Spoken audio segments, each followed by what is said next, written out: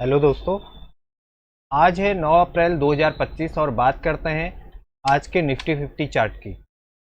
अगर जैसे आप कल का चार्ट अगर देखेंगे तो कल इस एरिया से मार्केट ऊपर चला गया था और बहुत अच्छा मोमेंटम यहाँ पर मिली थी कल निफ्टी में। और यहाँ पर अगर देखेंगे 27 ईएमए के ऊपर मार्केट यहाँ गया और यहाँ से नीचे अभी तक मार्केट नहीं टूटा है। आज होता क्या है, मार्केट गैप डाउन होने के बाद मार्केट 27 ईएमए के नीचे ट्रेड कर रहा था। जब तक 27 ईएमए के नीचे मार्केट है, मार्केट ब्रेक नहीं हुआ है, ब्रेक होने के बाद रीचेक होने के बाद अगर जा रहा है तो आपको कॉल साइड के लिए जाना है। अगर 27 ईएमए के नीचे अगर है तो आपको पुट साइड के सेटअप को आइडेंटिफाई करना है। अब बात आती है कि यहाँ पर हम साइडवेज का अंदाजा कैसे करेंगे। साइडवेज का सबसे अच्छा अंदाजा यह देखिए कि अगर मार्केट 27 ईएमए के नीचे है तो आप हाई देख लीजिए। हाई क्या है, इस हाई की प्राइस का, जैसे ये हाई है 22,460, यानी कि 22,450 की आप पुट को खोल के देखिए कि क्या वह भी 27 ईएमए के ऊपर चल रहा है। अगर ऊपर चल रहा है तो ठीक है, अगर वो भी नीचे है, अगर उसका प्राइस भी 27 ईएमए के नीचे अगर है तो आप वहां पर कोशिश करिए कि यहाँ पर अभी ट्रेड नहीं लेना है, क्योंकि मार्केट आज साइडवेज होगी। कॉल साइड की चार्ट को भी देखिएगा, जो लो आपका लगेगा, लो आपका ये है 22,350, 22,350 की कॉल और 22,450 के पुट के चार्ट को अगर देखेंगे तो 27 ईएमए के नीचे ही मार्केट चल रहा था। यहाँ पर कहीं पर भी ऐसा नहीं हुआ कि जहाँ पर पुट साइड के लिए सेटअप मिल सकता था। सिर्फ एक सिंगल सेटअप मिला, लेकिन उसमें बहुत अच्छी मोमेंटम नहीं आई। सिर्फ 20 पॉइंट यहाँ पर रिकवर हो पाए इस वाली कैंडल पे। जब ये कैंडल क्लोज हुई थी, क्लोज होने के बाद आपको यहाँ पर एक एंट्री मारनी थी और उसके अलावा यहाँ पर कोई मोमेंटम नहीं थी।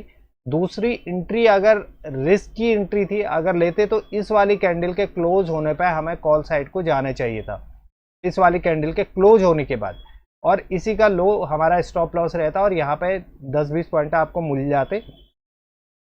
अभी जो है फिर से मार्केट जो है 27 ईएमए के ऊपर गया हुआ है।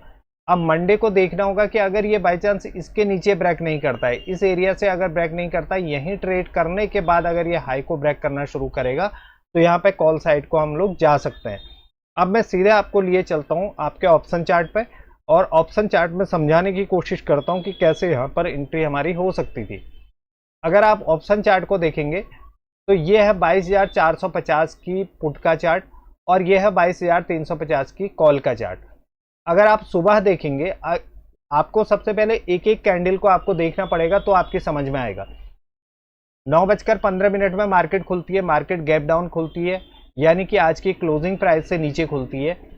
रेड कैंडल बनती है, पुट साइड को ग्रीन कैंडल बनती है और कॉल साइड को रेड कैंडल बनती है। अब दूसरी कैंडल अगर 9:20 की कैंडल देखेंगे तो रेड कैंडल बनती है, यानी कि रेड कैंडल बन रही है तो इसका मतलब यह है कि यहाँ से सेलिंग आ रही है। तो अगर मार्केट नीचे जाएगा तो यहाँ पर पुट की साइड को जाया जा सकता है। लेकिन यहाँ पर अगर आप देखेंगे ये वाली कैंडल 9:25 की कैंडल देखेंगे तो 9:20 के नीचे क्लोज होती है, लेकिन ऑप्शन चार्ट पे ये इसके ऊपर क्लोज नहीं होती है। अगर ये 162 के ऊपर क्लोज होती तो मैं इसी के स्टॉप लॉस से मैं यहाँ पर एक पुट की साइड को एंट्री बना लेता। लेकिन उसके बाद होता क्या है, मार्केट फिर उसके बाद रेड कैंडल बनती है, फिर ग्रीन कैंडल बन जाती है। और ग्रीन कैंडल कहाँ बनती है, पहली वाली कैंडल के नीचे। लेकिन अगर आप कॉल साइड को देखेंगे तो कॉल साइड को बिल्कुल भी मोमेंटम नहीं होती है। उसके बाद कौन सी कैंडल बनती है, रेड कैंडल बनती है। रेड कैंडल इसके नीचे आ जाती है और यहाँ जो है इसके ऊपर नहीं जाती है, इसके क्लोजिंग के ओपनिंग के ऊपर भी नहीं जाती है।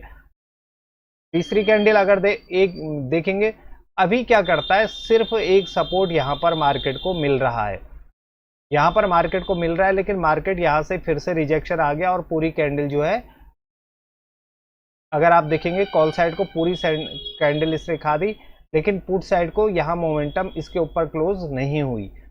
उसके बाद मार्केट नीचे को आते रहता है, लेकिन सिर्फ एक ही सेटअप यहाँ पर दिख रहा था। अगर आप देखेंगे जो ये ग्रीन कैंडल है, ये देखिए 9 ईएमए के पास में क्या होता है, ग्रीन कैंडल बनती है और कॉल साइड को कैसी कैंडल बनती है, रेड कैंडल बनती है। तो यहाँ पर इसके हाई के ऑर्डर से हम लोग 76 पे यहाँ पर एक एंट्री बना सकते थे और स्टॉप लॉस रहता हमारा 63। यानी कि 10 रुपये का हमारा स्टॉप लॉस, 10.76 से फिर मार्केट सिर्फ 98 तक जाती है, यानी कि 20 पॉइंट मिलते हैं, उसके अलावा यहाँ पर कोई पॉइंट नहीं मिलते। लेकिन कुछ देर बाद मार्केट इसको भी खा देता है। अगर आप देखेंगे तो एक एंट्री इस वाली कैंडल पे थी, लेकिन इस वाली कैंडल पे भी अगर हम लोग कॉल की एंट्री अगर बनाते, ये क्लोज हुई, ये एंट्री बनी 60 रुपीज़ और आपका 44, 16 रुपये का स्टॉप लॉस। लेकिन मार्केट कहाँ जाता है, ये 77 जाता है और लास्ट में 80 तक जाता है। उसके बाद फिर से मार्केट क्या हो गया, नीचे आ गया। तो इसलिए अगर आप यहाँ पर, मैं जिस प्राइस की बात कर रहा हूँ, अगर प्राइस देखेंगे तो सिर्फ एक, अगर फर्स्ट कैंडल इसलिए ऊपर बनी है क्योंकि गैप डाउन हुआ है, लेकिन उसके बाद जैसे ही दूसरी कैंडल अगर यहाँ बनी, ये सस्टेन होती, ये यहाँ पर रुकती, अगली 5 मिनट की कैंडल यहाँ पर रुकती, फिर उसके बाद इसके ऊपर क्लोज होती, तो यहाँ पर एक एंट्री यहाँ पर पुट साइड कुछ ले लेते। लेकिन ऐसा यहाँ पर कोई, अगर आप प्राइस देखेंगे तो प्राइस हमेशा 27 EMA के नीचे चल रहा है। पुट साइड के अगर चार्ट को अगर आप देखेंगे 27 EMA के नीचे है, और कॉल साइड के चार्ट को देखेंगे, ये भी सिर्फ एक ये कैंडल ब्रेक करती है, ऊपर क्लोज करती है। कौन सी कैंडल है, वो ये वाली कैंडल है 27 EMA के। अगली कैंडल क्या होती है, बाहर फिर से नीचे आ जाती है, फिर उसके बाद 27 EMA के ऊपर जाती नहीं है। फिर एक यहाँ पर एंट्री मिलती है पुट साइड की, इस वाली कैंडल पे। ये देखिए,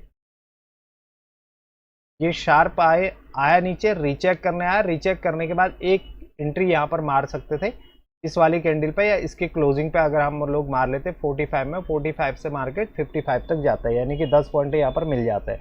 तो सबसे अच्छा तरीका यही है कि मार्केट को आप ऊपर जाने दीजिए इस कैंडल के ऊपर।